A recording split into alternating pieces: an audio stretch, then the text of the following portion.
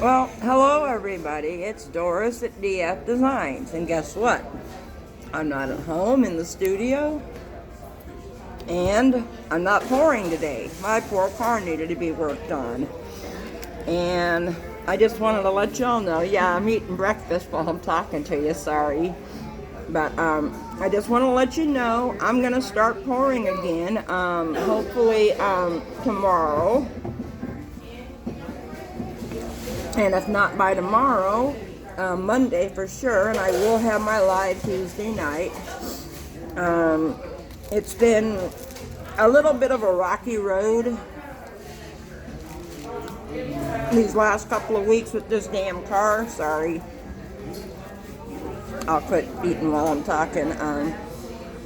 So I just want to let y'all know I didn't forget about you, okay? So everybody have a nice day, and I will see you all back in the studio. Oh, you know what? Well, I don't know how this is going to come out when I upload it.